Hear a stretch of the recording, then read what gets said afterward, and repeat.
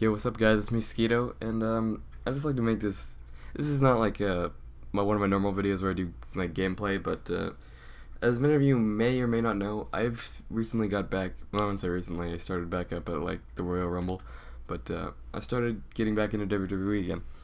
And with that, I've had to start accepting the fact that WWE will never be as good as it once was, as in the Attitude Era was the best, and then leading into like 2009-ish was the rest of their good days, and after that they slowly went downhill, and now they're at the bottom, but I think they're starting to pick things a little back up. So I thought that I would do this little, I wouldn't say weekly thing, but every week after SmackDown, like the night of, Friday night, I'd make a little video saying, like, pretty much covering my thoughts of what happened this week, what's coming up in the next week, what's coming up with the pay-per-view or something like that. So I just want to go over the match card for Battleground 2014, but my cat is in the background, so sorry for any awkward background noise and meowing. So the first match on the card list I see is the 20-man Battle Royal for the Intercontinental Championship. With this, I see 3 different people that they might possibly push to win this. Number 1, I think people want is, well, not people. I want to see Rob Van Dam win, but I think they really won't give him another shot because they think, oh, you know, his days are over. He's been there for 20 plus years. Has it been 20? Yeah, it's been 20 plus years. And, oh god, it's clawing the wall.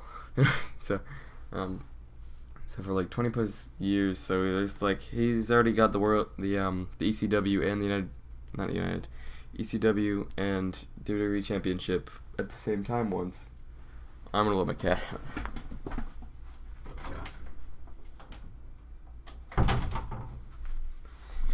Sorry about that, and I'm not even gonna edit that out because I'm lazy and tired. Okay, so I want to see RVD get his championship back because he hasn't had it in a couple years, but I extremely doubt that will happen. I mean, again, he's not how he used to be. So it depends on if WWE wants him to have it or not. Number 2, I think that they're going to give it to Alberto Del Rio because they've been really pushing him up lately, like fighting against Sheamus, who I also think that they might try to combine them both because WWE lately has been combining a lot of titles, and I really do not like that. Anyway, so those 2, I think they might push a little. And then there's the obvious The Miz. Now, I'm going to go on a limb here, and I know he has a huge fan base, but frankly, I do not care at all. I hate The Miz with a burning passion. He should go back to the real world because he's scum. Anyway, they might, I think, because of the large fan base that he has, they might give it to him as well.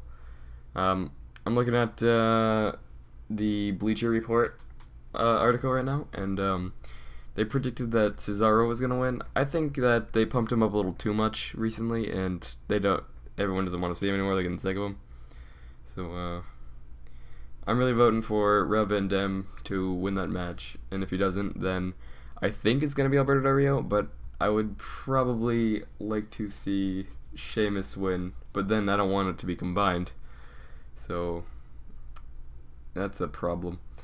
Anyway, moving on to the next match, Cameron versus Naomi, the match that we all saw coming from a while back when I predicted that a lot of these tag teams were going to break up, like the Shield. I predicted that a couple months earlier. I knew Roman could go by himself easily. I mean, I'm pretty sure everybody did. But, yeah, that's pretty much it for that subject. Anyway, Naomi and Cameron. Cameron's just been acting like a stuck-up brat lately, I guess you could say. It's not really worth wasting time looking into that. It's just teammate goes bad, teammate fights each other. It's just like the Hardys all over again. It's like this is a classic rivalry story. It's nothing much, and I also predict that Naomi's gonna win that one, just as the Bleacher Report says. And then the next match on the list is Jack Swagger versus Rusev. I'm getting really sick of the whole Rocky story, you know, like the whole it's like word for word almost, like America versus Russia. So not only am I getting sick of that, he also has his undefeated streak, unless you count like the Royal Rumble and all that, where obviously he didn't win. But I'm expecting them to make Rusev win to keep the streak going, and I don't even know whether I want to take it, but I am kind of pushing for Swagger, even though I don't like him as much, because back when he was in ECW, he was also an annoying brat. So, I like him a bit more now that he calmed down a bit, but still, it's not as good as he could be. They're not really giving him the proper matches. I mean, this one is pretty good for, because how big he is, so. I'm pushing for Swagger on that one. And then the next one I see is AJ Lee versus Paige. I hate AJ Lee as well, and I think she is pretty much talentless unless it's scripted. And with Paige, I've seen a lot of moves that I either have not seen before or haven't seen in a couple of years. I'm gonna open a Sprite can. I think Paige is the better wrestler and the better fighter and the better woman in this situation. But I think they're going to go with what the fans want. For once, actually, WWE going with what the fans want. I know, it's weird. But I think they're going to pull through for AJ Lee because she keeps cheating her way out of everything. And then we come to one of the matches I was looking most forward to, which was Dean Ambrose versus Seth Rollins. With this one, it's again just like the Hardys, classic teammate goes bad. Yeah, you know, Rollins, I don't really like that he's the one that broke up the Shield. I was really hoping it would be like Reigns, and then they would have nothing to do about it instead of making two of them start a rivalry and one of them go after the title. I don't like that at all. But I think that it should have just been Roman that left, and then Ambrose and Rollins should have stayed as tag team partners. And anyway, that doesn't matter though. That's not what happened. Anyway, so I'm pulling for Rollins on that one because here's the thing.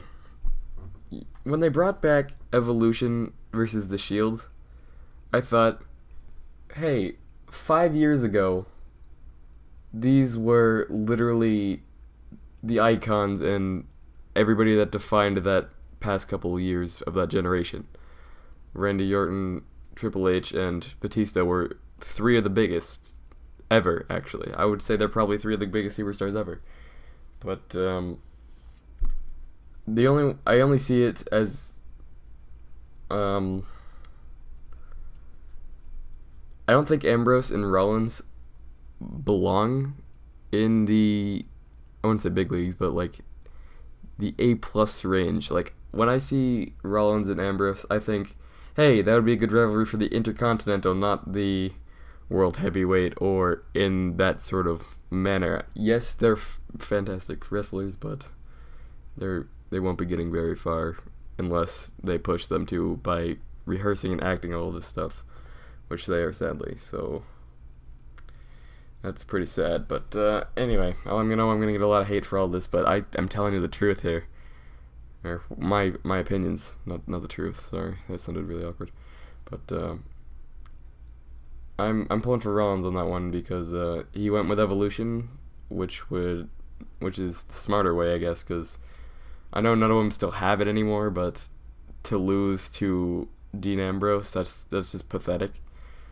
So yeah, let's go on with the next one. We have the Usos versus the Wyatt family.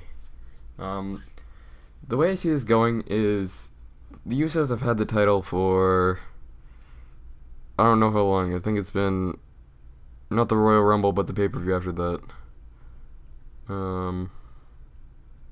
Elimination Chamber? Is that when they got it? I don't remember when they got it, but they've had it for a while, and they've been building up the Wyatt family a lot, which I like them a lot. It's just, I find Luke Harper hilariously stupid, kind of, but I think they're gonna give it to the Wyatt family. I don't really like the looks of that though, because I don't know, it just seems weird. Maybe for like a month or two till like the next pay-per-view, but I don't like them as champions. I don't think if they would be, and I can see that that's who the site predicted would win that. So I'm pulling for the Usos on that one, but the Wyatt family I think will be taking the gold. So sadly. Next we have Bray Wyatt versus Chris Jericho. They, like I've been saying, they've been building up the Wyatt family, but then we have one of the massive stars of the last 2 generations back in the business. I want Jericho to win. Yet again, he's not the same guy he used to be. Just like I said about the whole Evolution versus the Shield thing. So, just like the last match, I'm pushing for Jericho, but they've been building up the Wyatt family, so they're gonna let Bray Wyatt win that one. Even though the site predicts Jericho.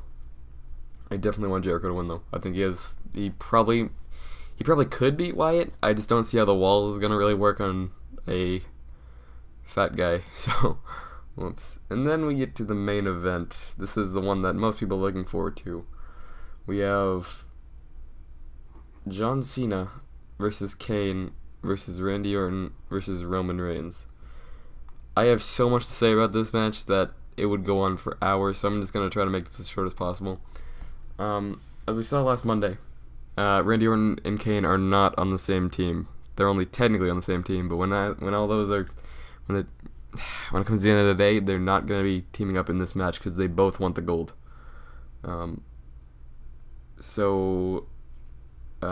Also, another thing, we have 3 of the largest superstars ever created in the wrestling industry over the past 2 generations. In fact, I consider Kane one of the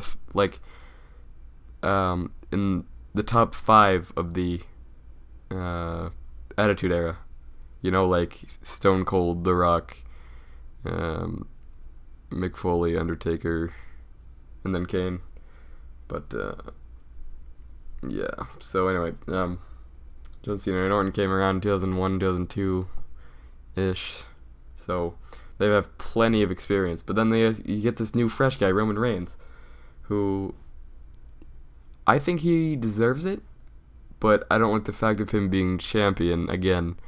So they have been pushing the Roman Reigns a lot lately, and I don't think Cena's gonna be champion for long, even if Cena wins this one, which I doubt it. Reigns will get it eventually, and I think Orton might get it again, but I think Kane's time is over, I guess you could say. So the way I see it is Kane's out of the picture. Cena and Orton kind of could possibly get it, which I don't really want Orton to win because he's just had it for way too long for someone that doesn't deserve as much. And then I think Reigns is gonna win. I want to stick with Cena, but I think Reigns is gonna win. And that's exactly how my dad said too, because we sometimes watch wrestling together. So that should be something. So those are my predictions. My predictions is for the first match for the Intercontinental. I want RVD to win, but I think they're gonna make Alberto Del Rio win. I want Naomi to win, and I think Naomi's gonna win the second match against Cameron. I want Jack Swagger to win against Rusev, but I think they're gonna make Rusev win. I want Paige to win against AJ Lee, but they're gonna make AJ win. I want Seth Rollins to win against Ambrose, but they're gonna make Ambrose win. Everything I want, they do opposite, pretty much. I don't even know why I got back into it. It makes no sense. Then I want the Usos to win, but then the Wyatt family's gonna win. And then I want Jericho to win. And that match I'm a bit tied on, I guess you could say. But I really hope Jericho pulls that one out. And then for the last one, I want Cena. And then kind of want Reigns, because he deserves it. I just don't want to see him get it yet, because he just went solo. But I definitely think Reigns is going to win that one. So those are my predictions for Battleground. This has been a 15-minute video, so I'm going to cut it off short now. And thank you guys so much for watching, and I'll see you guys next Friday. Actually, I want to see you guys on Monday night after Raw, hopefully. So thanks for watching. See you, bye. See you guys later. I just said see you, bye really fast. That's weird. Sorry, bye.